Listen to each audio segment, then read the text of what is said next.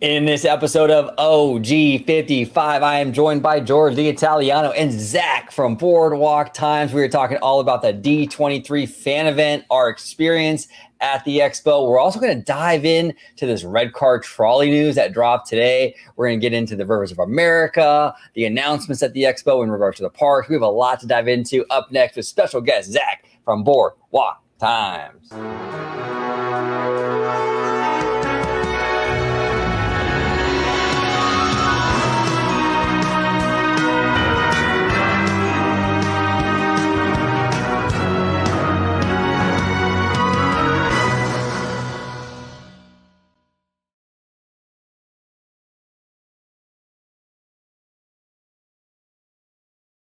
Welcome aboard, everybody, to another episode of OG55. We have a fantastic show for you today. We're talking all about that D23 fan event and all the speculation and news that comes out of it. There was a lot at that event. But Zach, we spent a lot of time together at the fan event. A really, really good time.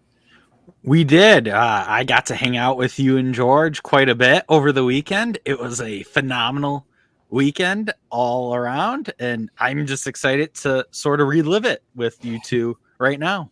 Yeah, absolutely. Zach, before we dive in, if you could let everybody at home know where they can find you on social media and kind of give them, in case they're not familiar with Boardwalk Times, kind of like what you guys do over there. For sure. Yeah. Boardwalk Times. It's the destination for Disney news and updates. We cover the business side of Disney and we cover the Disney parks. We're very in tune with what's going on within the company. If you need a site that's covering the upcoming Disney succession, which is like who's going to replace Bob Iger, consider us, because that's what we live and breathe and do at Boardwalk Times. And you can follow us at Boardwalk Times on all social platforms. And if you want to visit our site where we have articles and news and opinions, boardwalktimes.net. There he is. Yeah, make sure he is absolutely correct on that. Like whenever there's like a quarterly earnings call or any of these things, Boardwalk Times is like live tweeting the whole thing. Amazing coverage. I'll be linking his Twitter down below, as well as their site. So make sure you check them out. And you're on Instagram as well, Zach? Yeah, we're on Instagram. We're actually I think we're on every major social platform. It's just right now, I think our biggest really is Twitter and LinkedIn. We do stuff on Instagram as well. We hope to get more stuff on YouTube as well. Sounds great. Yeah. Sounds great. Yeah, and I'll link that down below. So make sure everyone show them some love and support Boardwalk Time. They do phenomenal work. And the Italiano, you are back, dude. This guy was on vacation for a month, and you're looking all tanned up and everything. Yeah, how you doing? I'm doing good. Yeah, it's definitely you got some sun there too. I did, absolutely. Yeah, we did a lot of park days. It was fun, a lot of fun. Yeah. But if you let everybody home know, George, where they can find you on social media. Absolutely. You can find me on X, formerly known as Twitter, at Disney George. You could also find me on Instagram under the Disney Italiano. And of course, you can find me right here on my home base at Orange Grove 55 with Citrus Corner with all that sweet, juicy, but sometimes sticky Disney news and info. There we go. Okay, so let's talk about, before we dive into like the meat and potatoes with the attractions and the speculation around all that, let's talk about the fan event itself. Let's fill up that pot. Yes, let's fill it up. So the expo came. It was 3 days. We had a phenomenal weekend. It was really awesome. Like we said, spent a lot of time with Zach. We hung out, just kind of nerding out over everything. But Zach, I want to ask you. So, because going into this expo, there was a lot of pressure on Tomorrow to like kind of hit a home run here, because the last couple of conventions were like a lot of blue sky and like what if and maybe, and this is what we could do.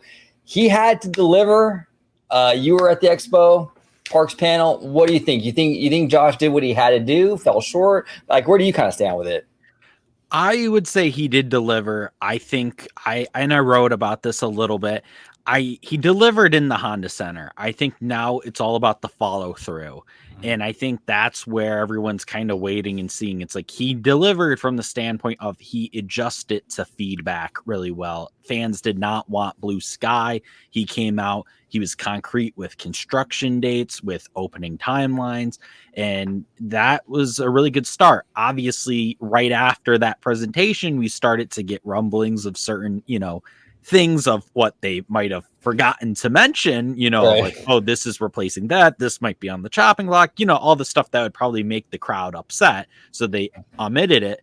But I would say overall he delivered, but now it's just kind of, he has to follow through. And I know that's kind of out of his hands because that's like up to, construction and money and all that. But hopefully, it's a good sign for him. I would say it's like, I think he delivered. And can I ask you, Zach, and we'll dive into this further on into our conversation, but do you feel that just the way of how Twitter and social media and just the Disney fandom in general, everyone was begging Josh, to give us something, give us anything, give us something concrete, give us green lit stuff, us included. We were, very, very critical when it came to, for his delivery at D23.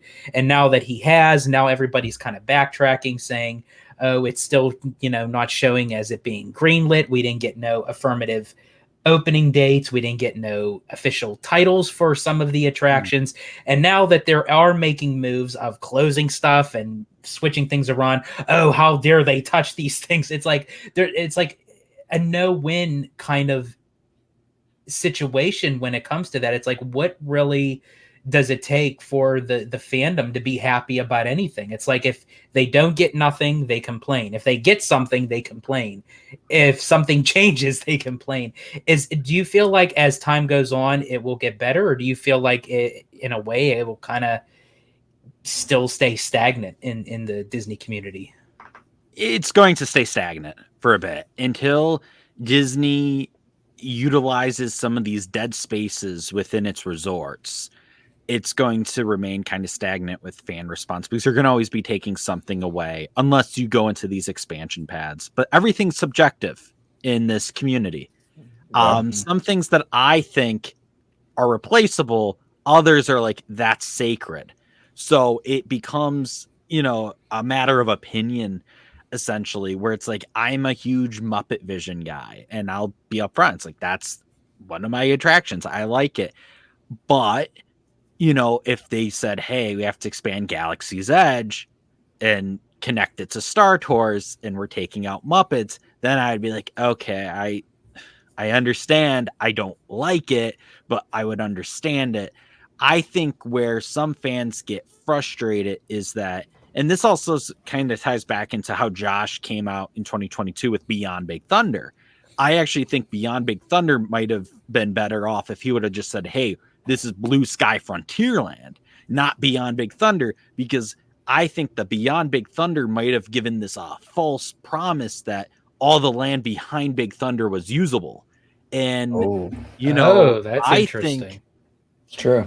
I think if he would have came out in 2022, and obviously this is all hindsight. I mean, it's tough to blame this on any person, but if he would have came out in 2022 and did the Blue Sky with, Coco and Kanto and Villains, but he also included like Rivers of America and Tom Sawyer within that Blue Sky, I think by this convention, people would have probably been at peace with that decision, particularly because they would have known. It's similar to the dinosaur for Tropical Americas. It's like, we knew, like, so it didn't hurt that it was like, oh, Indy's replacing it. It's like, we've known for months now, years. So it's like, you can make peace at it. But to just answer your question, George, it's going to probably take a while before it gets better. I think the only way it wouldn't is if Disney announced like a brand new resort where it's like, obviously then, nobody would care if it's replacing the local Walmart or whatever. It's like, No, that's a great point, Zach. And like, it kind of circles back to what you said earlier on in the show where it's all about execution now. So these, like you said, there's a reason why Josh or Disney announced the Rivers of America thing like the day after the expo, right? They didn't want to do it in the Honda Center. That would cause issues, right? There's a reason why now we're hearing about the Red Car Trolley going away to make way for the Avengers stuff, right? So it's trickling out after the expo. So now, because there's going to be outrage. There's going to be people that are very mad about things getting removed or changed or replaced. That just comes with the territory. But now it comes really down back to what you were saying, execution. Like, in my opinion, if the stuff that they're replacing, like, for example, right, like the Rivers of America situation, I've said this before in a few videos, but it's a hard pill to swallow. This is kind of like it's kind of the quintessential Disney area. You know what I'm saying? Like it's very Disney. And then for them to come out and say, hey, we're getting rid of it. We're going to tear it down and build something for cars. It's a lot for like a super fan or like, like for us to like really kind of process. What will kind of blunt that will be the execution of that. So if they come through and they deliver with the giant, beautiful vistas and like some waterfalls, and it looks like basically what they did in California. You know what I'm saying? Yes. Like if they can deliver on that level, I mean, that is a beautiful area. It's one of the best areas I think Imagineering has ever done. When you come in from like San Francisco into Cars Land, it really does blow your mind, the rock work and stuff. So if they can do that with Rivers of America, where they can kind of like, go in there and give us, obviously it'll be different, but that same kind of, oh my gosh moment, fans won't forget about the Rivers of America, but I think the criticism would be pulled back a whole lot. Hey, look, we lost something, but we gained something pretty great too. I think where they'll get into issues though, and this is all execution, is if they fall on the other side of the coin, where it's like they got rid of the Rivers of America, but the Cars thing isn't really hitting either. Then you're going to have some major. Then I think the backlash is going to be really bad, because if you're going to get rid of something that big of a deal in a Disney park, you have to really put everything into it. So we'll see. What do you think, Taliana? All I know is just in general. But before I answer your question specifically with that, but yeah, like even on top of like with Hollywoodland, if they want to get rid of the Red Car Trolley, fine. They want to get rid of the Hyperion Theater, fine. Just don't touch my shawarma cart. That's all. Yeah, there you go. Exactly. Yeah. There you go. But everyone has a sacred cow, and yes. That's George's. Don't touch my shawarma. But as far as to your question, OG, I feel like that. One, yes, it's because of the Rivers of America. Everyone pretty much, I think, kind of kept in their mind that, to Zach's point, that when DeMauro first made the announcement of the Beyond Big Thunder, they were going to be working around the Rivers of America. So that's people's, perception of, okay, well, behind Big Thunder, there's going to go Coco or Encanto, and then right next to it's going to go Villains, and then it'll circle back around to where the Haunted Mansion is. Nothing is going to be touched with the Rivers of America or Tom Sawyer Island. And not to cut you off, George, I'll let you continue real quick. I just want to say, and that's right there is the problem with Blue Sky, because you go out there and you say, imagine what's beyond Big Thunder. You're setting people's expectations on something that isn't likely going to happen that way. So now when we get hit with the actual reality, it's not lining up with what was blue skied, and there's a problem.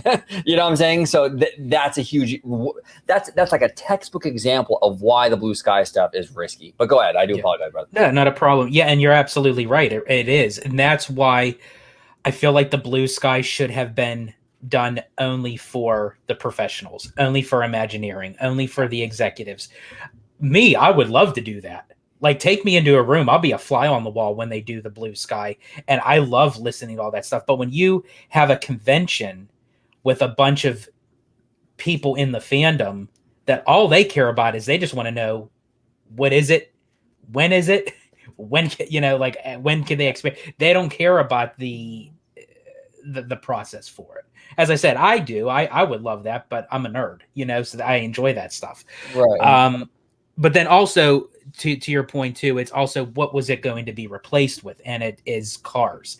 Now, even us on the channel for a long time, when Braden from Mickey Views had mentioned the notion that there's a possibility cars could be coming to the Magic Kingdom, in our minds, we're thinking, okay, it's going to be Radiator Springs Racers Light. It's like, it's just going to be the attraction. It's like, and then there was a possibility of them doing like a Woody's Roundup on the island itself kind of thing. It was kind of very far-fetched, but I was like, I'm not really a fan of that idea. But when they showed a little bit of the concept art that it was going to be something completely different and new, opposite of what's at DCA, okay, now I'm kind of intrigued, because I want to know what the storyline behind that is, what is all entailed, what this is going to look. And I feel like that kind of doing Cars kind of makes me feel a little bit better about it, because if you look at Cars through the lens of DCA, Oh yeah, it's breathtaking. I mean, you look at that and you think the scope, the layers, how is that even man-made? So they have a lot to go by, that if they want to do something and knock it out of the park, they have to use Cars Land and DCA kind of as their template, so they can kind of utilize that same kind of natural organic beauty, but tie it into the Pixar Cars theme. And then I believe it was also a friend of the channel, Drew, the Disney dude, that had mentioned about the rock work, and I forget. Piston Peak. That's it. Yes, Piston Peak, which I believe was also used in the movie Planes, right? Which I thought was very interesting, because if Planes actually was a very successful movie, if it was done, I think, in the Disney animation format and not in the Disney Toon Studio, that would have been really cool, where you could have tied in an attraction on ground and in air, because they always utilized, and they said from the world above cars, that's how they always started out the promotion for Planes. And I thought that would have been very interesting. But unfortunately, Planes never took off. No pun intended. But yeah, I'm very optimistic and curious to see. I think that they're still going to use a lot of rock work. They're going to use waterways, and I feel like that it's going to be breathtaking in its own way outside of Tom Sawyer Island and the Rivers of America. Because in my opinion, it just doesn't hit right for me in Magic Kingdom as it does in Disneyland. Yeah, it's interesting. Yeah, in terms of kind of circle back a little bit, in terms of Josh's performance or what he had to do at this expo, I completely agree with you, Zach. I think he did everything he had to do, and I think in a lot of ways he even kind of exceeded what he had to do. Like he kind of went above and beyond in a lot of ways. I know a lot of fans might disagree with me on that, but like I'm sitting there at the Honda Center and I'm kind of blown away by this stuff. Like, they announced a Coco dark ride for California Adventure. I didn't see that coming at all. I mean, I was going into this expo thinking, okay, if they give us details on Pandora and that the Avengers e-ticket, I'm a happy OG for California. Like that's all I really kind of need. But we got those two things, as well as the Coco dark ride, as well as a second attraction for the Avengers. And it was just like, there was a lot of surprises, and they were kind of big surprises, even like in Walt Disney World, Villains Land and stuff. Like that was like at the very end, is like one more thing, and now we're doing Villains Land.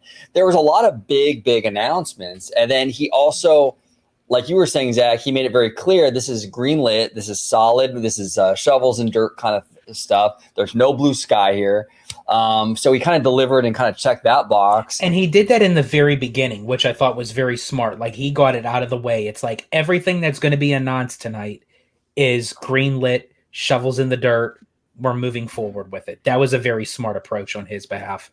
Yeah. And you felt the crowd energy just went way up after he said that. It was just so cool to see that in real time, where everyone was like, oh, snap, here we go. Well, yeah, it was crazy because we were sitting there, Zach, and I turned to George. I'm like, I'm getting kind of worried here because we're sitting through like 7 songs of the Mad Tea Party performance, that group, Yeah, I was, that was crazy, and they were a good band, but I was, the musical stuff in the lead up to this experiences showcase. Drew and me were actually talking about it. And not a lot of people were reporting about how this was going to be a showcase, but they were going to do the announcements with music, that everything was going to tie in with music. So I was like, oh no, are we going full musical the entire night? And it's like not going to be announcements. But thankfully, I felt like the balance worked. Oh no, I completely agree. I was really worried. We had Drew on pre D23, and he was worried about that too. He was like, oh gosh, I hope it's not just a musical, because the fear is like, not so much that we don't like music, in the show. It was more about like they're using it as fluff because they don't have a lot to talk about, right? Yeah. So it was worrisome. And then when as the night went on, it was like, okay, they're using the music as a way to sort of like, it ties in with the announcements, right? So we have like a Coco performance, and then that dovetailed into like, okay, Coco's coming to DCA, right? So it kind of like all kind of flowed. I agree with you, Zach. It all flowed really well. I think it was very well done. it's a cool performance. I actually really like the beginning where they had Patrick Warburton, kind of recreating his Soren intro. I mean, that was really, really cool. Nice little, that kind of stuff is for the diehards, for the nerds, like us, right? Like we love that stuff. We eat it up. But it was a well paced, I think a well paced Parks panel. And meaty, like there's so much stuff. I mean, it was crazy, how Hence much the shawarma. Yeah, right. Exactly. So, I think he delivered. But what about you, George? What do you think? You think he delivered? You think he did what he had to do, or? I think honestly, there's no other way that he could have done it. I think he did everything appropriate at the time that he needed to. I think the execution of the show itself was done really well, incorporating the announcements intertwined with the music and vice versa. I think it made like a very nice flow, that it wasn't just everyone just sitting kind of like, okay, here's our PowerPoint presentation, so to speak. But then it also wasn't just a full-blown musical where it's like, okay, we want to hear announcements. We're not here to see a concert, But I love how they tied the music to the announcement, or the artist to the announcement. For instance, like when they brought Billy Crystal out, so we knew, okay, something's going to happen with Monsters Inc. here. Or when Ernesto de la Cruz came out to sing Remember Me, okay, it's something has to do with Coco. So I love how it was something that was tied. Or one of my favorite moments was, because this one kind of caught me off guard, is when he got into the cruise line. And when he said, I'll do more than just promise. And then it goes to All for One singing I Swear. Like that was like the creme de la creme like moment for me. Because one, I'm a big All for One fan. Like I was just like geeking out at that. But also when he goes back to, it's almost like you mentioned it, OG, that the song was like kind of like a little bit of a poke of DeMauro saying, I'm going to, fans, I'm going to do more than just promise. I'm going to swear to you this is going to be done. Right. And how they took the name of the group, All for One, and it was like, okay, how does that tie into the cruise line? Oh, well, how many ships are we going to build? It's actually in their name. And it was 4. And I was like, that was freaking genius. Like whoever came up with that concept deserves a gold star. Yeah, no, 100%. One thing before I move on to some of this, the attractions and stuff, I want to pick your brain, Zach, on the Deadpool stuff, because I was like, I was cracking up the whole time. I mean that, and I think people generally liked it. I thought it was kind of crazy, but what do you think about that? Was that kind of surprising to you? It surprised me that they leaned into Deadpool, but it also made me realize how much the Disney Parks division loves using Deadpool right now, and they love the walk around character and his story time with Deadpool. I got to see that at DCA when I was out in California, and I laughed. I only got to see one show, but it was just such a great time. During the Honda Center, I was shocked how much they were leaning into him in doing stuff, and I was having a great time. I thought he was almost like the perfect foil for DeMauro, because he also like did some jokes like about the Phantasmic Dragon, and just like little stuff like that, I think goes a long way in being self-aware. And really, it is funny when they were like letting him announce, they were going to announce like the Avengers attractions, but he, Deadpool was coming up with his own concepts. I actually thought they were going to like reveal that he was going to be in one of these attractions. I actually did too. Yeah. Are they serious? Yeah. Like, are they really, is he getting his own ride? Like, I was like that convinced. I was kind of in that boat, but I was also like, they confirmed Robert Downey Jr. is coming back, and he's going to be in Stark Flight Lab and Avengers Infinity Defense. I'm like, I know it's early on, but it's like Ryan Reynolds in this, like it would be kind of cool. Like it would have been cool. I mean, like I know it's high expectations, but just how much they were using Deadpool, I'm like, I feel like there's no excuse now, especially because the next Disney Cruise Line ship, or not the next one, but one of the new ones coming out, the Disney Adventure, they're doing this Avengers show. And Deadpool's one of the Avengers, like alongside Captain America and some of these other characters. And I'm like, I'm like, this is crazy. Like, because it's like, you just never would have thought that this would happen and how it just has worked. So I'm just happy to see it, in all honesty. Oh yeah, no, I'm with you, Zach. I'm with you, and I feel like Disney has really cracked the code in regards to how to utilize Deadpool in the parks, where. And even at the expo, right, where it was a lot of that self-deprecating humor towards Disney. You know, I'm going to blow your mind like a 40-foot tall dragon animatronic, right? And, kind of a joke about the Phantasmic situation, or I don't mean to sound like a broken Yeti, but you know that whole thing. You know, those kind of jokes, they're still family friendly. Like it's nothing inappropriate about that stuff, but it still keeps the spirit of Deadpool. It, very much him still, you know? Yeah. So, I mean, maybe right now it's kind of early because they're still working. They were still kind of working out how they're going to utilize him with like in the parks and what have you. But I wouldn't be surprised down the road if in Avengers Campus we get something with Deadpool, you know, where he's in there in some attraction, maybe not the main focus, but like, you know, maybe cracking jokes in like one show scene or something, you know? I would love that. I think I would love to see him in the Avengers Infinity Defense. I wrote about that. That was like one of my things after D23 where I'm like, I'm going to have to write about this. But now that I'm thinking about it, and obviously I know someone from your fan community will probably correct me on this, but at Universal, is there any Deadpool artwork around? You know, what's the legal rights there? That's a good point. I don't, you know what? I don't. Come to think of it, I don't think it's utilized in Universal Orlando. No, and from what we understand, the contract, it has to be portrayed somewhere, like wall art or something, right? Yeah, and there's a couple different like amendments in there, like wall art's one. You know, if they have an attraction, obviously ruled out. I don't know. I think he might be in the clear for Walt Disney World.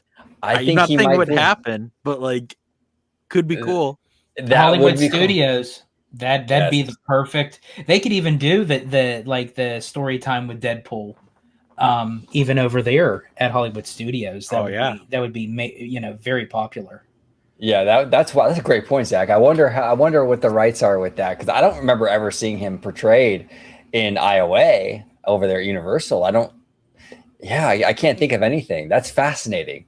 Fascinating. I'm hoping that, you know, I'm not saying like anything would happen, but like I'm sure someone's going to comment and be like, oh well, he's on the wall art near the bathroom at, you know, like, and he's this big, like in between, you know, like Scarlet Witch. And I haven't been there in a long time, you know. It's like I haven't been there since I think 2021 maybe. So it's like I don't know. I'm not as caught up on it. I'm such a Marvel guy that I'm like, let's figure out this deal. You know? Exactly. Can you see Disney eventually getting the full rights to Marvel? Yeah, you know, as a fan, I'm optimistic.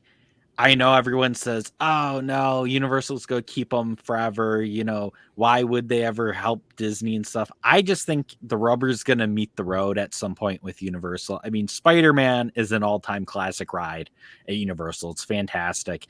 But outside of that land, even though it's like there's people like me that like it, it's not, I don't know how long for this world, especially in this current theme park landscape where you're constantly updating stuff.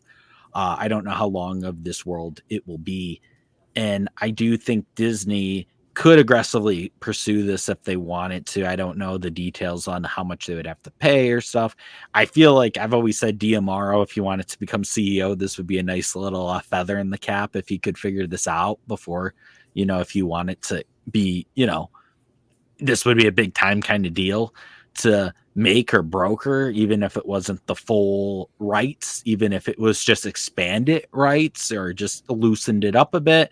I mean, I think there's a lot of potential there. I think the other factor, and I talked about this with my friend Savannah Sanders, we talked about if James Gunn's DC Studios, if that pops off, and if Universal wants to maintain a relationship with like Warner Brothers Discovery when it comes to IP, that might be our way out of getting Marvel to Walt Disney World, is with James Gunn's DC then going to Universal. That's a great point. That's a really good point. And here's the other thing too, Zach, is that I think it's even in the best interest of Universal to get a deal done, because their hands are tied. I mean, this is essentially a dead land at this point. I mean, they can refresh it. They can, paint it, make it look nice. I think they're contractually obligated to do so. But there's no way Disney's going to ever give them a green light to make any kind of new attraction in there. And it's outdated too. Like if you look at the land, it's not bad looking, and I know it's based off of the comic book form of the characters and what have you, which is really cool. But you can definitely tell the aesthetics of the land screams the 90s. Yeah.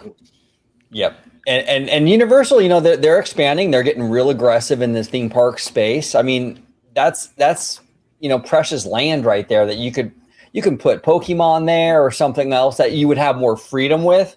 So, Yeah. I think it's been very successful for Universal for a long time, but I think that they're probably a little more I think they're more willing to kind of come to the table with Disney than a lot of fans think that they are, you know? And if you think about it, even though this contract is like forever for Universal, if you know, it's like it's getting to a point where if they want to eventually do an update, whether it is a Pokemon or DC or perhaps another superhero property pops off, you know, from a different studio or a comic book publisher or something, whatever it may be, I mean, who wouldn't want to turn down some millions or billions from your competitor, you know, because it's going to take some money to get this deal done. And I honestly thought when they were doing the Hulu negotiations, I thought they were going to, you know, be like, okay, and Disney's allowed to use X amount of Marvel characters. You know, it's like if it was like, oh, they can't use Spider-Man, that'd be fine. You know what I mean? Like if there was some kind of thing there where it's like, oh, you can't use Spider-Man. It's like just allowing Disney to use more of the Marvel portfolio would be great at Walt Disney World. I know some fans would fear that, but to me, I think there's so many places they could just do, and it would honestly, when you walk into Hollywood Studios, oh man, I feel like that's the place right now where I almost wonder if they wanted to throw Monsters into Muppets just because they wanted Animation Courtyard free for a Marvel expansion if they ever wanted to do that. Well, I mean, it's funny that you say that, Zach, because I believe it was Jack from DSNY newscast that had mentioned that supposedly Disney was looking to hold on to that Animation Courtyard area and the expansion pad behind it for future development. Yeah. And that would be interesting because if that would be the route to go, they would probably lean more towards Marvel. And then also too, OG and I had talked about this in a previous video. If you look at the one of the new ships, the Disney Destiny, on the back end of the ship, you have Spider-Man with the spider bots, which is heavily used in DCA for web slingers. So it almost is in a way where they're kind of trying to utilize the Marvel properties as much as they can to kind of get around that loophole. So it's very interesting of how they incorporated the spider bots onto the cruise ship. And like, what does that entail for any kind of like onboard activity that might entail involving Spider-Man and the spider bots? Yeah, Disney's thinking, okay, if we can't put Spider-Man in our parks, we can do it on the cruise ship. That's a loophole. We'll go there with it. They're going to go right up to the line with it. You know what I'm saying? But eventually they'll probably get those rights. Eventually Universal is going to want to, you know, do something with that land outside of just repainting it and redressing it, you know, make it look pretty. So we'll see. Yeah. But, you know, it'll be interesting. But speaking of Marvel, we have some big Marvel news. This is courtesy. I think you're familiar with this page, Zach. Yeah, just a little bit. A little bit, right? BoardwalkTimes.net. Construction for new Avengers Campus attractions will start in early 2025. Avengers Campus will receive 2 new attractions in this expansion. And this is written by Mr. Ethan Becker, Theme Park Wizard, another friend of the channel. That's pretty awesome. But this is weird. I have never even heard of any of these people. Yeah, really? So it says here, so the Red Car Trolley, this has actually been confirmed. I mean, this is crazy. This sent shockwaves through the fandom. And I'm like notoriously a huge Red Car Trolley fan, and we'll kind of get into this. But Disney today stated that the project will break ground in early 2025, and typically breaking ground refers to new construction. In that case, I would expect demo and site prep to happen over the next few months. So in January, Disney will have a clean slate to begin actual construction on the expansion for 2027 opening. Disney has also shared that in order for this to proceed, the Red Car Trolley will cease operations early next year. So the thing is that it was cited that it was the trolley barn that sits behind the Avengers, like kind of like across from Mission Breakout, but behind that like Avengers performance building. They're going to have to remove the trolley barn back there, right? So they're going to have to get rid of the trolley. The trolley is going away forever. Zach, I really want to, because I feel like this opened up a whole can of worms, this announcement today. It's so much bigger, I think, than just the trolley. But what were your initial thoughts on this? I was like, oh, wow, next time I'm at California Adventure, I'm not going to get ran over again. Yeah, right. You know, because whenever I'm walking there, I always make the mistake of walking in that walk path, and then I hear that trolley car sound, and they're trying to get me out of the way, and I'm like, oh, I'm so sorry. You know, it's just one of those things. But seriously, it's obviously for your diehard California Adventure fans, this isn't like great news for them. I mean, this is very Disney. This is a very Disney experience. It's charming. It's, you know, this is the kind of placemaking and that kind of ambiance that you like when you're in the parks. Obviously, though, there is a logistic reason for this being shuttered. It's because of the Avengers Campus expansion, and it also could be for another expansion in Hollywoodland as well. You know, so I think there's a reason why that, you know, this is a staple of the park, but it's like Hollywoodland's days are kind of numbered anyways. They have been for a while. You walk in that kind of area and it's very empty. You know, it's like you have Monsters Inc., you have a couple shops and stuff, but it's just not, you know, if the Hyperion doesn't have anything going on, you know, it's a very empty in that area of the park. Yeah, I just think its time was up. Obviously, I've seen, and I know you two have probably seen it, there's a lot of people online saying, well, you could reroute it, you could do this and that. I'm not as familiar with California Adventure, so I don't know if any of those proposals make any sense, but I would be curious to hear both of your thoughts on that. It's interesting. Okay, so technically they could reroute it because it goes down, I think it's Hollywood Boulevard. It comes from Buena Vista Street down Hollywood Boulevard, right? And it makes a right, and it goes towards what is now Mission Breakout and kind of goes towards that Avengers Campus. Technically, if they wanted to, they could technically reroute it and make it hang a left at the end of the street.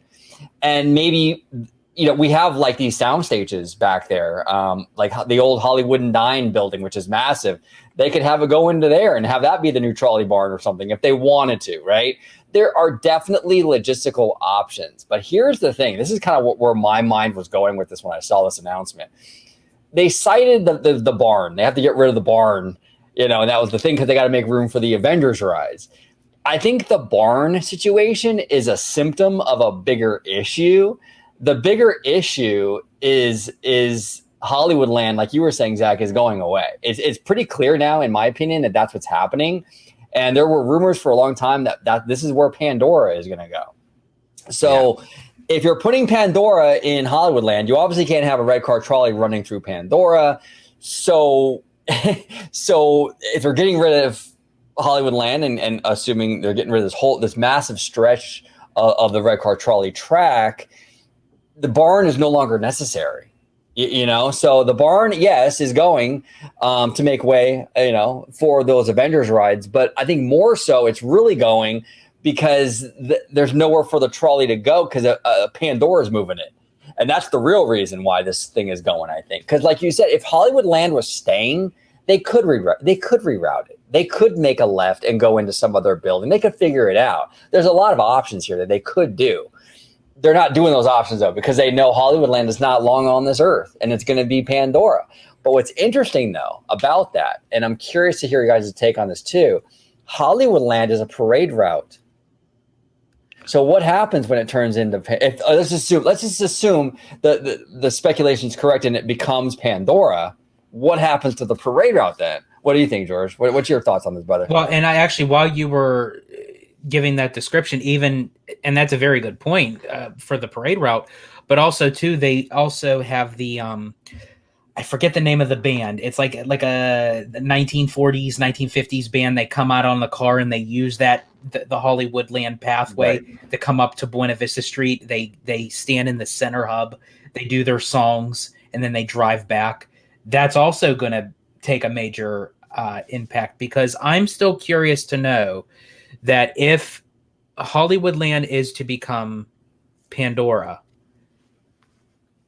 I'm still trying to get a grasp, because when you look at the concept art, it's very wide. It's very open to, like, with the water and everything. And then when you kind of look at the shape of Hollywoodland, there's moments where it's very narrow. And I'm still trying to wonder how the concept is to go from Buena Vista Street with that long stretch of road, which is the parade route, into Pandora is going to look like. What is the gap between Buena Vista Street and Pandora? Like, because obviously, if it's like literally smack dab right there, I don't think Disney's gonna. Where as soon as you approach Buena Vista Street, you have the Walt and Mickey statue of him first coming to California, and then right next to it is the entrance to Pandora. No, there's going to be some transition, and even if it's like, even if they change the theme of the park, even if they call it, Disney Cinematic Adventure or something, they're probably going to have some transition between Buena Vista and this new Pandora area. So I'm very curious about that as well, if it even goes there. It's just for me, I just feel like that was the rumor for a long time, that Hollywoodland was on the chopping block. Now we have these announcements at D23, because we were speculating maybe Zootopia will go here. Well, here's now we know it won't. But here's the thing, though. Just because the Red Car Trolley is going, that still doesn't mean it's going to be set up for Pandora. They still might not know where they exactly want to put it. It still might be geared towards something else. I mean, maybe not to the extent, because I think if it was Zootopia, as you had mentioned many times, they probably still would have kept the Red Car Trolley, maybe designed it to put like animal print or on it or something.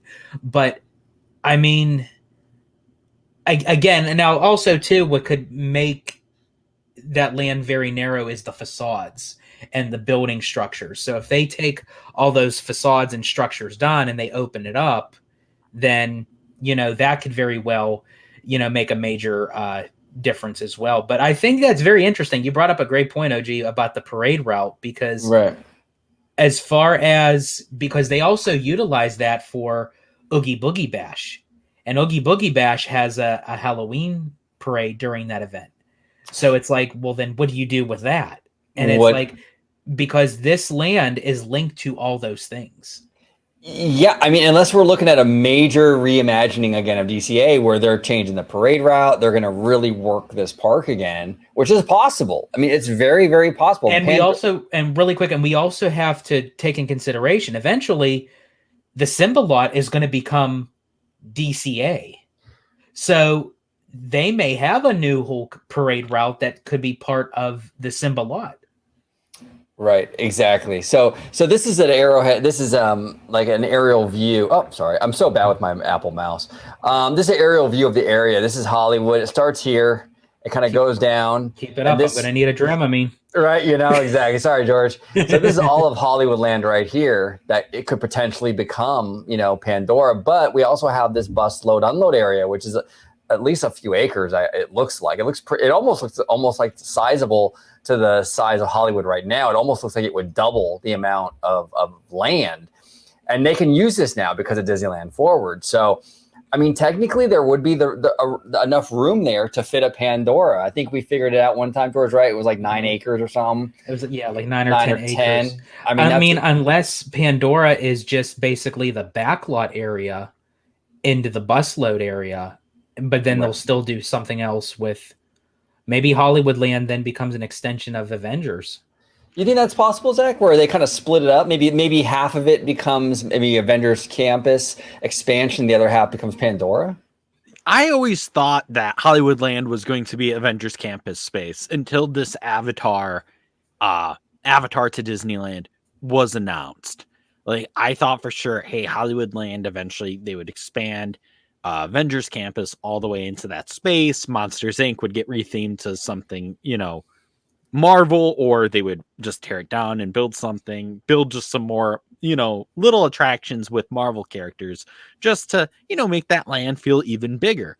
Now with Avatar, I think I could see it being split where some space might go towards Avengers, because I feel like Avengers Campus still has potential to get some more offerings.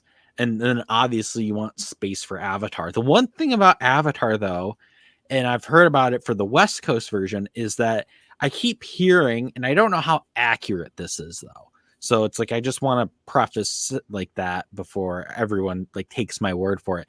Everyone I've heard from says that the Avatar that you're getting on the West Coast might have a hotel component to it. And I don't know. Do you guys know more about that? I've heard that there might be a hotel component to this where you would walk in. This is like part of the Disneyland Forward type proposal. That's interesting. I haven't heard that. I haven't either. But now here's the thing. If that's the case, it would have to be Symbolot. It would have to be the Symbolot. Because you need room for that. Definitely. Yeah. That's very interesting. Yeah, that's what I've been like sort of hearing. I don't know if it's more just like kind of like guesswork or speculation, but I've been kind of hearing that. And also I've just kind of thought, I've talked to one of my colleagues about it as well. And we both agree. It's like, if you have the opportunity to kind of do a Avatar themed hotel that leads right into Pandora, that's a big draw. And I'm not talking about like a Galactic Star Cruiser type thing either. I'm talking about like a legit hotel just themed with the, heavy Pandora design. Could I ask you both this? If that is the case and it does get moved to the Symbolot, could you see them replacing the Pixar Place Hotel with that? Possible, yeah. I mean, I've always felt the Pixar Place Hotel, this whole remodel was a placemaker. for the Pixar Place Hotel. I've always felt that was to buy them a few years. I don't think the long-term game plan for that hotel is for it to stay the way it is. Like, I can't see it being there in 20 years. And I could be completely wrong. I'm just speculating. It's a nice kind of like touching up. But I think with all this new rezoning they have and all this new potential, they're going to want to do something like really big, like what Zach was saying, like the Avatar Hotel connected to the land and really kind of ambitious stuff. They spent so much time, money, and energy and political capital to get that land. You know what I'm saying? They're going to want to make the best of it. Go ahead, George. Well, then again, they might keep it the Pixar Place Hotel because they still have to have some sort of connection for their Toy Story land. Yeah, no. Thank God they didn't do that. That was my fear that we were going to get that, and we got some pretty ambitious stuff otherwise. But that funny, George. I like that. But no, we'll see. We'll absolutely see. But that's an interesting rumor, Zach. That's really interesting. Yeah. Go ahead, brother. I'm sorry. I think Disneyland, post Disneyland Forward, it's going to become a big air resort destination with this focus on creating that Disney bubble, per se. I really do think it's kind of going to have a Walt Disney World type moment where the expansions are going to be big here. It's going to be a lot of development for the next few years, I feel. But I feel like when we're on this channel in 10 years, in 2034, the resorts could be unrecognizable in some ways, because I think there's going to be just more hotels. And I also think it's going to be more closed off from the real world in a way. That's just at least my take so far. Okay, Zach, I have a question for you. Yeah. And it's another elephant in the room. Sure. Because we were talking about Hollywoodland. Yeah. And if it was the possibility of splitting it up between Avengers or half Avengers, half Avatar, all Avatar, what have you.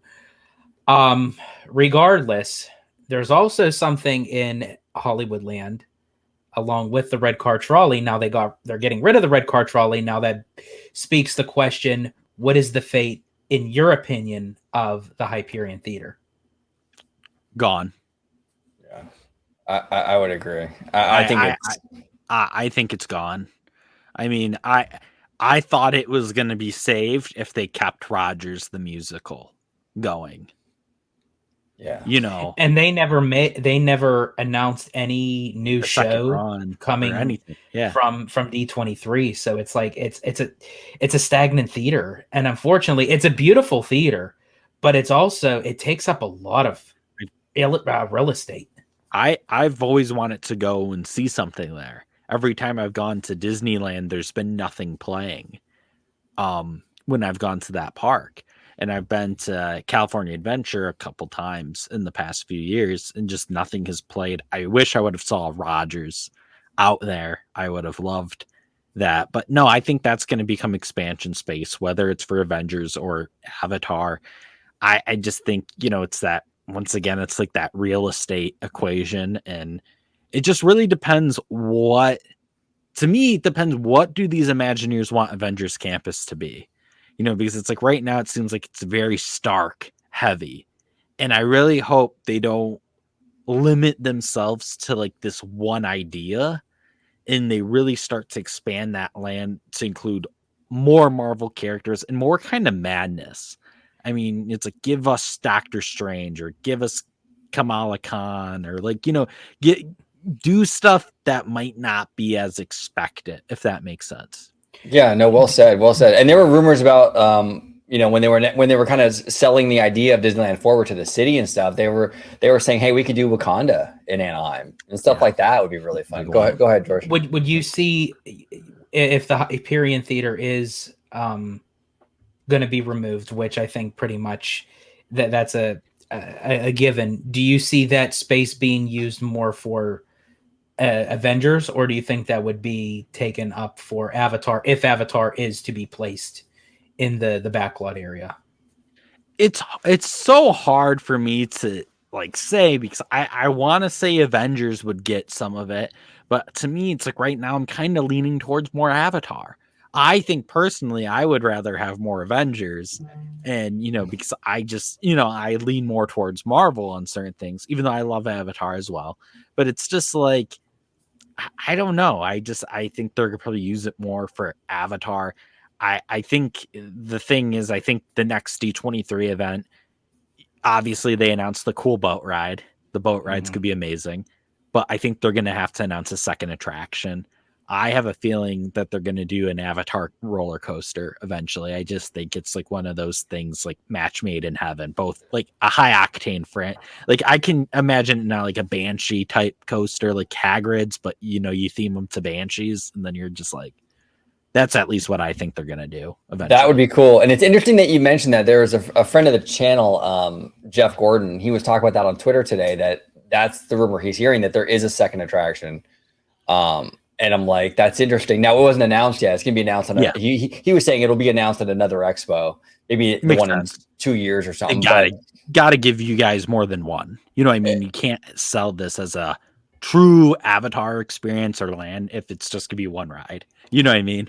Has exactly. To give exactly. You got to have two. And here's the thing too, Zach. I want to ask you, like, so what if they put Avatar in here and there's no California connection, which I can't imagine what California connection there would be with this. This is kind of like, out there. Is it possible? Now, we recently just saw it over there in Paris. The Walt Disney Studios became Adventure World or World Adventure. They just changed their name, and they're going for this kind of like almost like Disney Islands of Adventure kind of thing with these single IP areas with like Frozen and like we got Lion King ride and all that stuff. Is it possible that Disney kind of like reevaluate the name and the theme of DCA so they can kind of open it up to more things? Like, for example, if they don't use, let's just say for hypothetically, we get Avatar in Hollywoodland, we get the Avengers attractions, the two that they promised us at the expo, and we get the Coco ride, say at Pixar Pier. Well, we have an entire Simba lot now, which is like, I think it's like 25 or 30 acres they could use.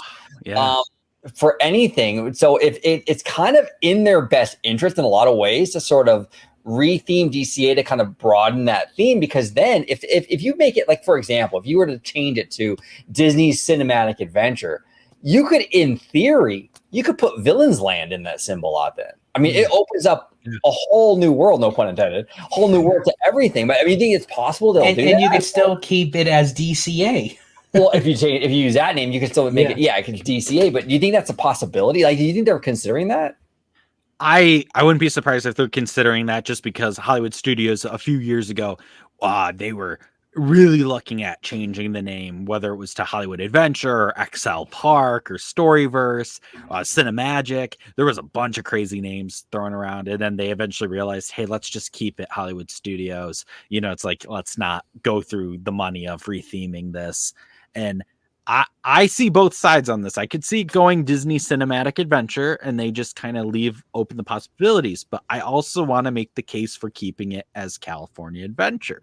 And this is going to sound really crazy of me, but with Avatar specifically, I read a while ago that James Cameron, in one of these upcoming Avatar films, I guess he's like allegedly planning that one of like the plots is going to be about that the reason why the humans are so obsessed with Pandora is because Earth has gone to crap.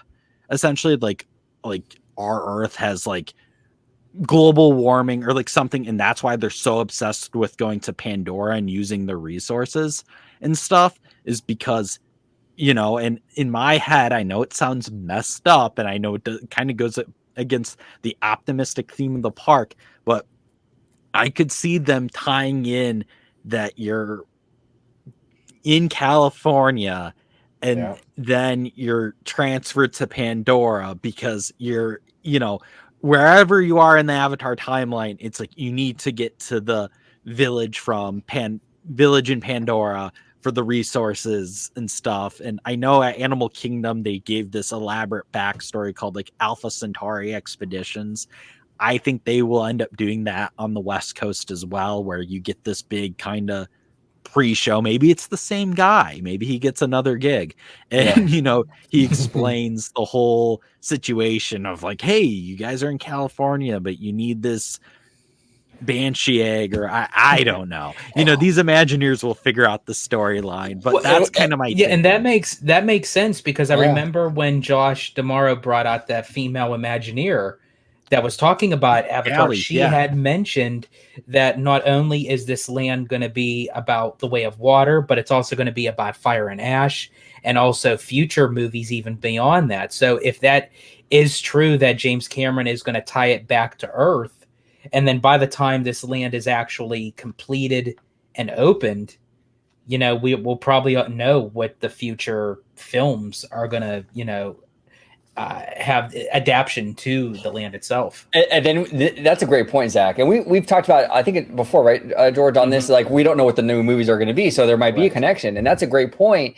And that might also explain how you transition from Buena Vista Street to Pandora. Maybe you maybe there's a stretch where you're kind of in this, like this Earth, like sort of like launch center or something, and that's the transition from Buena Vista to, you go to this like space center area or something, and then from there you go to Pandora.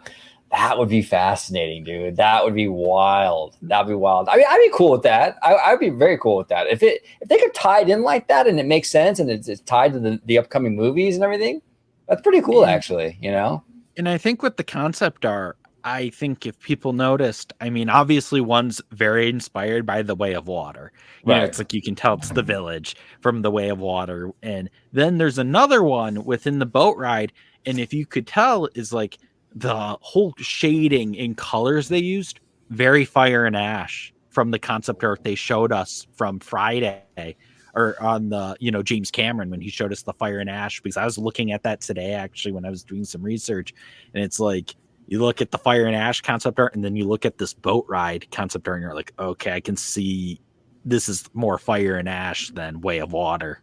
Yeah, definitely. And then we also don't know what the second attraction is going to entail. The second attraction might have to depict about what's going to be in Avatar 4 and 5. Yeah, it's possible. Yeah, it's there's a whole. This is crazy. This is what I live for, Zach. Is when we get these announcements, the funnest part about this whole thing is figuring this stuff out. I love nerding out, speculating on this stuff. I want to also touch upon the Coco Dark ride. Now, this is a little bit easier of a fit because I mean, Latin culture, massive impact on California.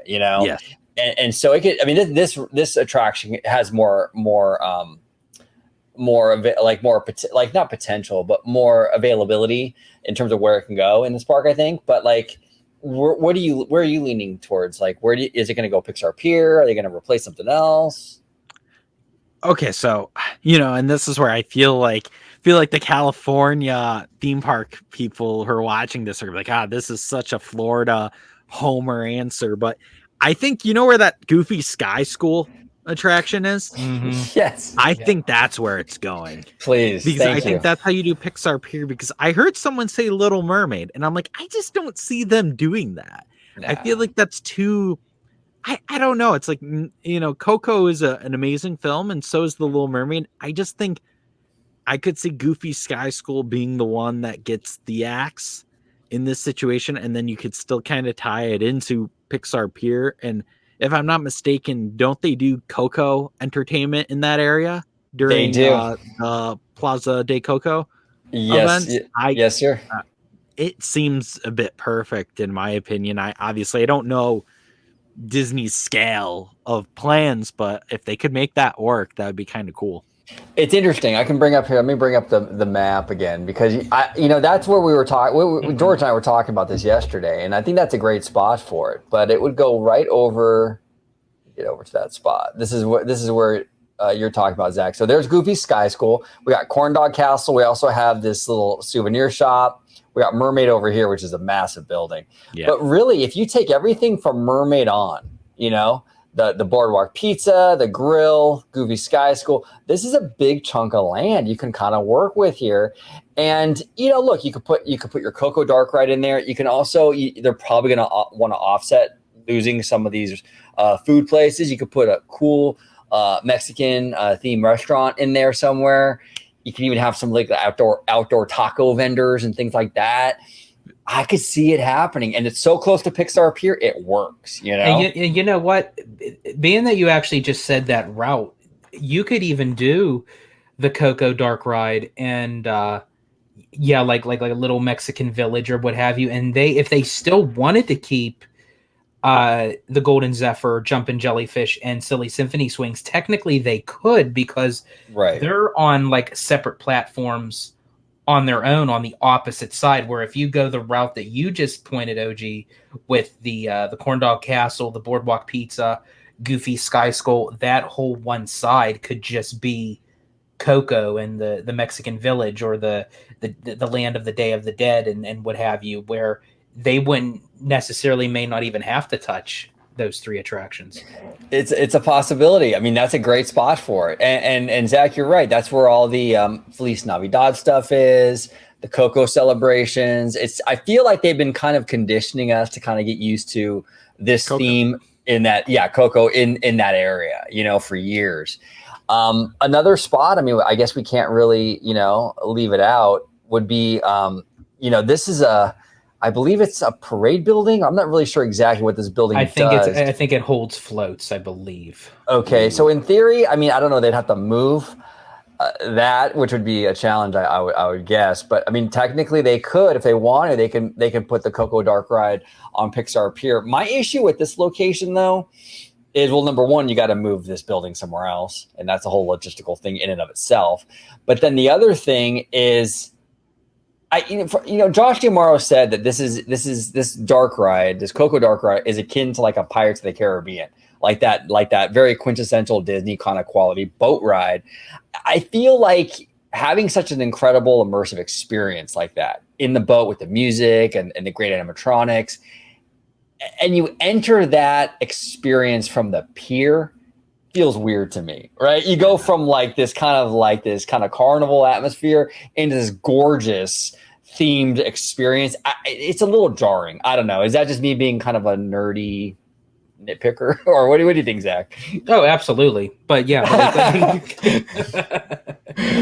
What's your take on that, brother? I don't think you're being nitpicky at all. I mean, I think that makes a lot of sense. I think with Coco, too, I just, I want to say this before I lose my train of thought. You were mentioning how they could offset the restaurants. I think if they really want this to be like a Pirates of the Caribbean type attraction, it'd be nice. It's if you have the boat ride, but you also have a restaurant in there as well, because that's classic Disney. Yes. I love when they do that. Like, I know in Epcot, Living with the Land, you can see the Garden Grill up above. I know on It's a Small World at Walt Disney World, you can see Pinocchio's up above. I think on Pirates in Disneyland, you see the Blue Bayou restaurant. I mean, I love when Disney does that. I love when Disney uses multiple things in like one building. Even the Mexico Pavilion at Epcot, they do that for Grand Fiesta Tour, and then you have the restaurants and stuff. I think it would be, if they do that Goofy Sky School plot, if they could somehow logistically make it work where you can also put in a Plaza de Coco restaurant and you have the ride and restaurant, man, that would be such a boom. I'm gonna go my style. I'm gonna go balls of the wall here. I'm gonna take it even a step further after the fact that Josh had mentioned like a Pirates-esque kind of immersive attraction, because I think also too, where with the parade route, not the parade route, I'm sorry, the parade building also too, it seems very restrictive. It seems like it's very like cluttered back there. So to kind of shoehorn the attraction, I don't think they'd be able to get as much out that they would want to. But what I would actually do is take Zach's suggestion, and you'd have the whole Paradise Gardens, turn that into the whole human side of Coco. All there. The entrance to the ride starts there, but that's the queue. They're going to have to eventually build a bridge from there over to the Simba parking lot. And what better way than to have the bridge actually be somewhat of part of the queue, that you're going from the human world. You're crossing the bridge over into the dead, so to speak. And then that's where you board the boat ride. That's awesome. I love that idea, and maybe they will do that. Maybe they will. Disneyland has a history of sort of taking logistical challenges and turning them into creative wins. We've seen it with like Haunted Mansion with the stretching room to get you underground and outside the berm. Indiana Jones Adventure, the reason why you travel through the temple so deep is to get outside of the park into that giant show building and stuff. So something like that, George, is very smart, where it kind of does that again, where you're taking it's very smart, and Disney's not going to do it. There you go. But fascinating stuff. I mean, that's the crazy thing about this is, like, we have a lot to kind of speculate on with all this. And really quick, OG, would you mind going over just to the Simba parking lot? I just wanted to see. I got you. No worries. The scope of that. It's pretty big. I mean, I'll kind of zoom out a little bit. So yeah, this is the parking lot that we're talking about, Zach. I mean, this is DCA right here. The Simba lot would expand, would almost double. I mean, DCA. I mean, it's crazy how big it is. The roads, that road up the middle, what road is that? So right here, Disneyland Drive. Okay, yeah, so that's not something you get rid of, though. You can't get rid of this road. Yeah. No, so they're going to have to build some sort of bridge that goes over. Interesting. Okay. Yeah. Now, we do have a similar bridge over here for downtown Disney, right here, actually. And you don't even know you're going over it. George didn't even know it was a bridge until I didn't know it was a bridge. Ago. It's right here. It's a bridge. You can see it when I get a little closer. They have like a little tree berm on both sides, and you don't even really know. But they treat it as if it's not a bridge. You literally feel like that you're just walking on a sidewalk, on a pathway. And when our good friend Michael Ebba pointed out, he said, "You do realize that we're on a bridge right now?" And I said, "No, I didn't know." And he showed me like where they have like the bushes, because they kind of utilize it kind of like to hide the fact that you are. And then you kind of look over, and I'm like, oh snap! Like you can see the traffic below us moving. It's crazy. Wild. So I'm sure they'll do something similar for the theme park. Maybe they might even enclose it or something, But that Disneyland Drive, they couldn't. Disney couldn't get it. They couldn't get it. I mean, they got some other streets like Magic Way, which is much smaller. They got the city to approve them to own the street and to eventually remove it. But Disneyland Drive is too busy, I guess. And they were and also friend of the channel too. Hey Bricky, he had also mentioned in one of his videos that they utilize that road too for deliveries, right, into the resort itself. Makes sense. Yeah, so there's a lot of logistics there but we'll see. But we're heading over to Florida now.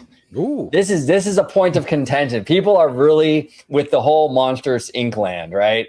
This has been something that fans are really talking about. I think there's a lot of nervous energy out there because of what happened with the Rivers of America. People are like, okay, anything is basically on the table right now, you know? But this came out today. We got this. Well, it's not news. I believe this is a rumor, but Muppet Vision 3D removed from extended evening hours amid the Monsters Inc. land rumors at Hollywood studios. Okay, so actually the evening hours were removed. And there's talks that maybe that's because, well, they're putting Monstropolis here. It says here, beginning Wednesday, September 25th, extended evening hours will return to Disney's Hollywood studios at Walt Disney World from 9 to 11 p.m. as the Magic Kingdom enters a busy hard ticket event season with Mickey's Not So Scary Halloween Party and Mickey's Very Merry Christmas Party. However, it looks like that Muppet Vision is not part of that. It looks like it says here that they removed it from the extended hours. So, Zach, in your opinion, what do you think? I mean, is this kind of indicative? Do you think this kind of points to like this is like the end of the road for the Muppet, or are these two things unrelated? I actually think they're both these. This is a rare scenario where I think this is unrelated because I know with some of these after hour events at Hollywood studios, Muppet Vision and some of the other 3D shows don't usually run during the after hours events. They usually just focus on the actual rides that are, getting used a bit more because, all these guests are trying to take advantage of, hey, let's go on Rise of the Resistance. Let's go on Toy Story Mania. Like, let's go on these big hitting rides that, during normal hours, you're waiting super long for. So not many people during a extra evening hours or extra magic hours event are going to be like, hey, let's go watch Muppet Vision, even though we can do that anytime during the day, every day for, less than 15 minutes a wait. And I know, and I'm not 100% for sure, but I'm pretty sure Muppet Vision closes an hour before the park closes every time. I'm not for sure, but I think that's been a thing for a bit where it's like, it's not always open like till the end of the night. So I don't think this is as indicative for the Monsters Inc. land. I just think that right now there is so much paranoia that anything that doesn't mention Muppets is a warning sign, and it becomes a sort of calling card of like, okay, it might be gone. Where I actually think in this scenario, I don't think this is indicating it. I think something that would indicate Muppets is going away is if you start to see things get dethemed in that Muppets area even more. Like if you see those banners go down with the, in that photo from Laughing Place, like, it's like you had the Muppet kind of banners. They put those years ago. Like if you start to see that happen, and if you start to see some minor changes, that I'd start to get spooked. I mean, I don't think the fight's over yet. I think knocking on wood, I think Muppets is going to stay because I think there's some logistical issues with that spot anyways, with what they want to do with Monsters, because Monsters, you're going to need the building for the coaster. You're going to need some room to execute that plan to its fullest potential. So I still think Monsters isn't going to go there, but I get why there's so much hysteria around this, because this, Monsters at the Honda Center, it's like what I told you two when we were waiting around one of the nights. I said that was an announcement that everyone was so happy to hear. Yeah. And then it's like you get on Twitter and you see Muppet Vision's dead and you're like, what's going on? What just happened? It's crazy. No, absolutely. Absolutely. And it was kind of wild. We were all three in the Honda Center and the energy in there was so positive and so like, oh my gosh, this is amazing. And then we step outside. Yeah, we go on Twitter. And it's like, oh my gosh, it's like a whole different world online. But so Zach, okay, so that, look, as Muppet fans, that's great news. I mean, hopefully that's the case. Where do you see this going, Monstropolis, if not here? I think I would say it's Animation Courtyard, unless Disney has something legitimately in mind for Animation Courtyard that they want to save it for. But I can't imagine many IPs that would be that would take precedence over like Monsters Inc. in getting that Animation Courtyard real estate. I mean, I know a while back there were some mini rumors that Villains could end up at Hollywood Studios instead of Magic. And, you know, that was a thing. I mean, if they got Marvel, obviously that would be, but I think Monsters and Animation Courtyard makes sense. I originally thought when they announced it at the Honda Center, I truly thought this was coming to the Rock and Roller Coaster area. That's what I thought. I thought they were going to just, you know, rebuild that building, take down that track, and they were just starting, you know, kind of fresh. And the reason why I actually had that same initial thought as well, because Muppets wasn't even on my mind. Like when they made that announcement in the Honda Center, Muppets didn't even cross my mind that would be in the possible crossfires. But Rock and Roller Coaster was, because I remember, and I mentioned this many times on the channel, but for everyone that may not have seen our videos, shame on you, by the way. No, I'm just kidding. That I did. It was back in 2010, 2011, I did Dine with an Imagineer at the Hollywood Braun Derby. And great experience. It was phenomenal. I love doing that. You get to dine with a random Imagineer. You get to kind of pick their brain for like a little bit of like an hour or so experience. And this particular Imagineer was Gary Landrum. And I had asked him at the time, because Jim Hill was covering this speculation that Monsters Inc. was going to take over Rock and Roller Coaster, and it was going to be based off of the door chase sequence in the movie. And I had asked Gary, and I said, "Is that true?" And he said, "Absolutely, 100% yes." He said it was ready to go. He said we had concept art, we had everything ready. He just said at the time the budgeting just wasn't there, the logistics of like how to get it in there wasn't there, and also at the time they were looking for a sponsorship, that they could not find someone to pick up that responsibility to sponsor the attraction. So when they had finally made the announcement at D23, I thought, oh my gosh, this is it. Rock and Roller Coaster is gone.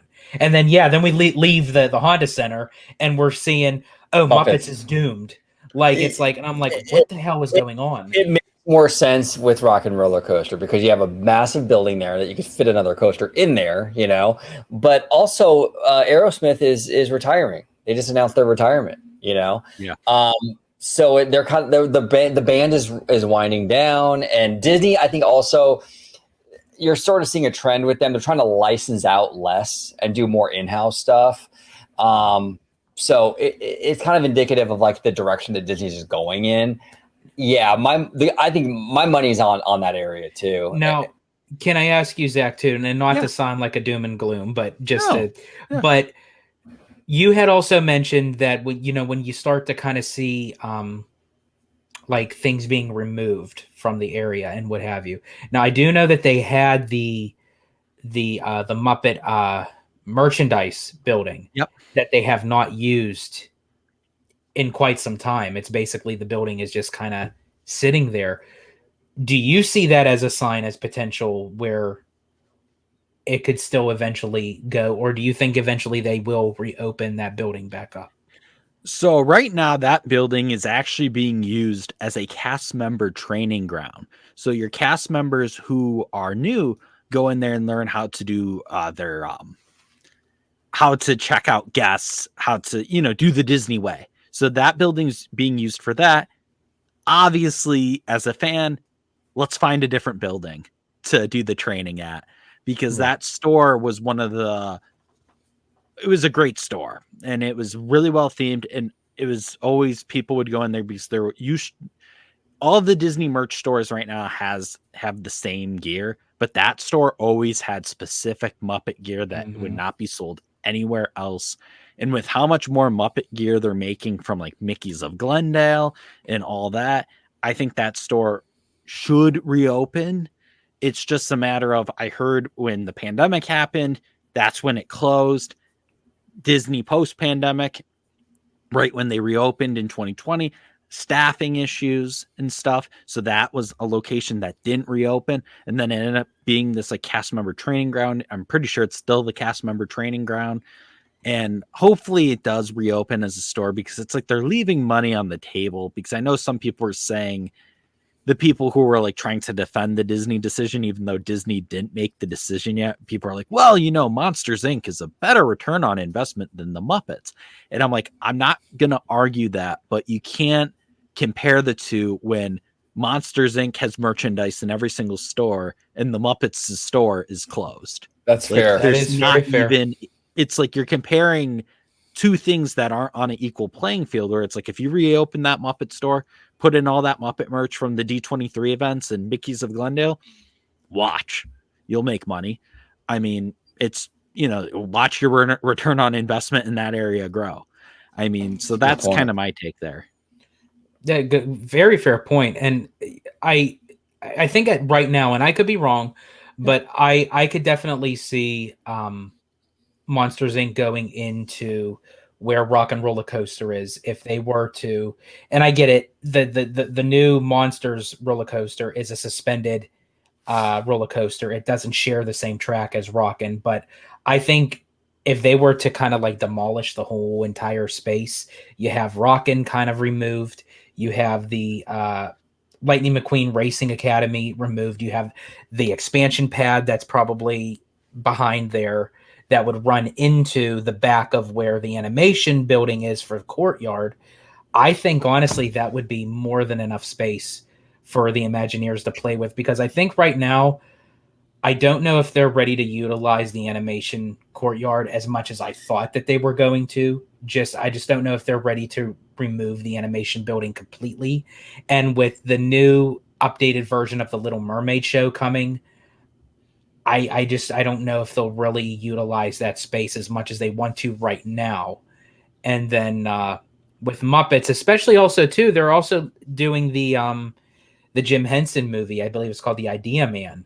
Right. So I mean, they're still heavily involved with the Jim Henson family, and I think, I mean, I could be reading it wrong, but if you're going to do a movie that's going to premiere on Disney Plus, that's kind of spearheading the essence of Jim Henson. And Ron Howard just did his documentary on Jim Henson. It's like, okay, but we're removing the Muppets completely out of the parks.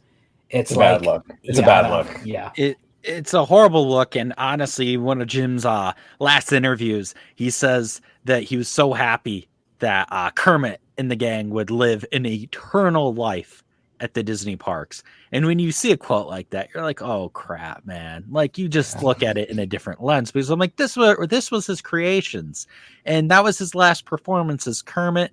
And it does become a kind of conflicting thing where, things change at Disney parks, but when you have something this deeply personal, it's very hard. They have to just tread lightly, I would say. And I think the fan outcry has been kind of legit, because it's not something they have to really think everything through and figure stuff out. I mean, hey, with Monsters Inc. too, I mean, maybe something goofy ends up happening. Maybe we pave in Echo Lake and that's where it goes.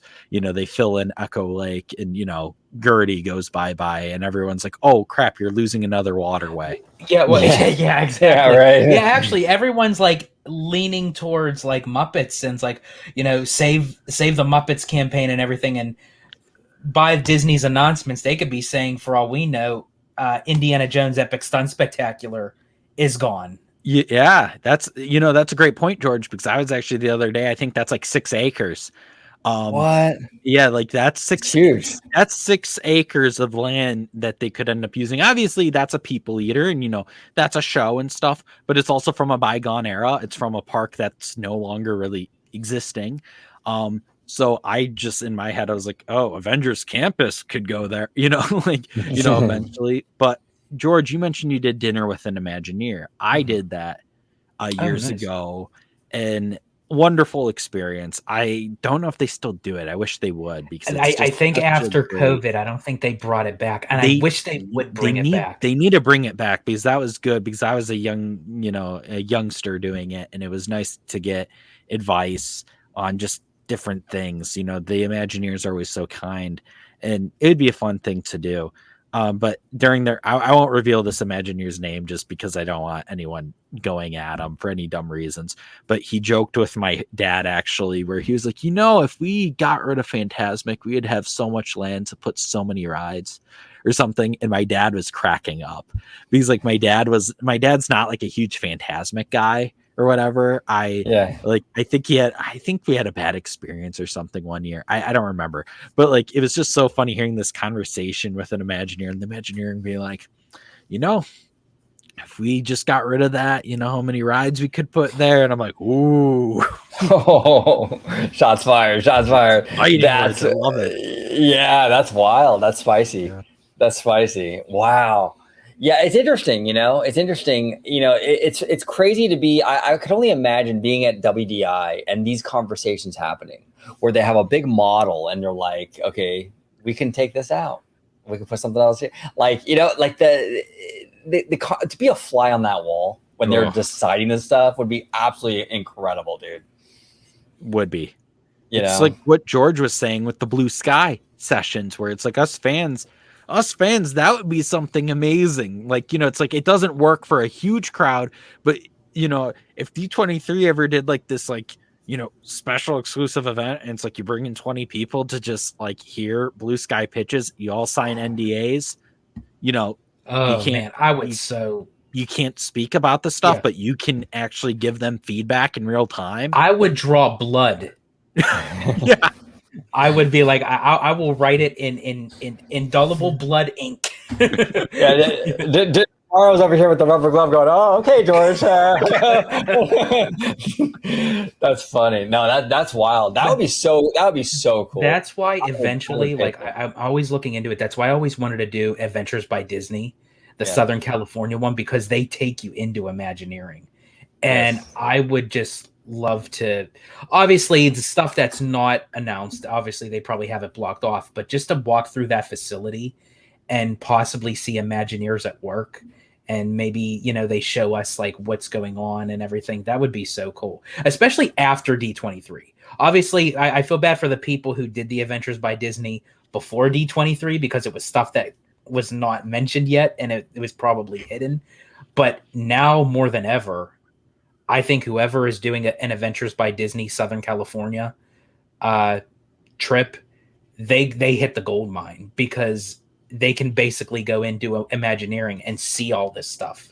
Yeah, it's wild. It's wild. It's exciting. Look, as a Disney fan, I'm not going to like every announcement. Like I think we have a lot, because we have so much unknowns right now with all these announcements, like with Pandora, with Coco, with you guys with Monstropolis and in Florida.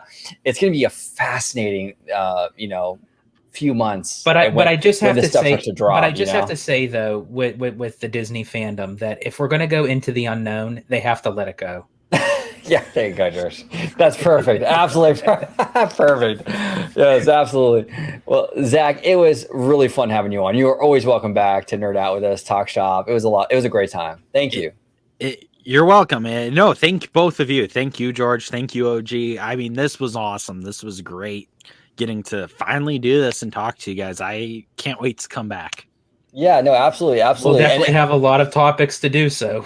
Yes, we have a lot of juicy stuff coming up, I think. It's going to be wild. But everybody at home, I will be linking Boardwalk Times, all their socials in the description down below. So make sure you follow them, show some love. They do fantastic work. Like I said, they're my go-to when it's these earnings calls and stuff. They're my go-to. They live tweet all this stuff. I mean, it's incredible. You go on my Twitter feed, you just scroll down, and it's all like reshares from Boardwalk Times. It's just like, exactly. Thank you so much. Thank you. It really means a lot.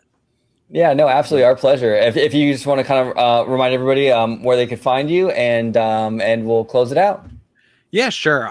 So you can obviously check out the site at boardwalktimes.net. and you can follow us on all social platforms at Boardwalk Times. And if you want to follow me personally on Twitter, at @ZZ_87. And There he is. yeah, so you can just, follow us.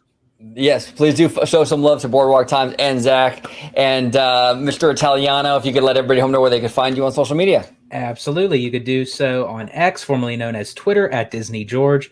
You could also find me on Instagram under the Disney Italiano.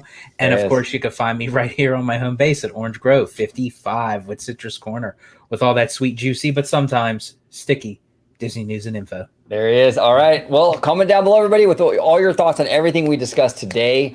The Red Car Trolley news. What's going on with that? In regards to Hollywoodland and I'm really starting to think that they heard me when I put my little rant on Twitter when I was like, these red car trolleys, they want me to move. It's like, I'm sorry, I'm walking here. Like, you can go around me. Like, I shouldn't have to move just because you're stuck on a track. So we could thank George for them closing down the Red Car Trolley. Now, because of George, they're probably going to park one on Buena Vista Street and rename it the Red Bar Trolley and sell beer out of it.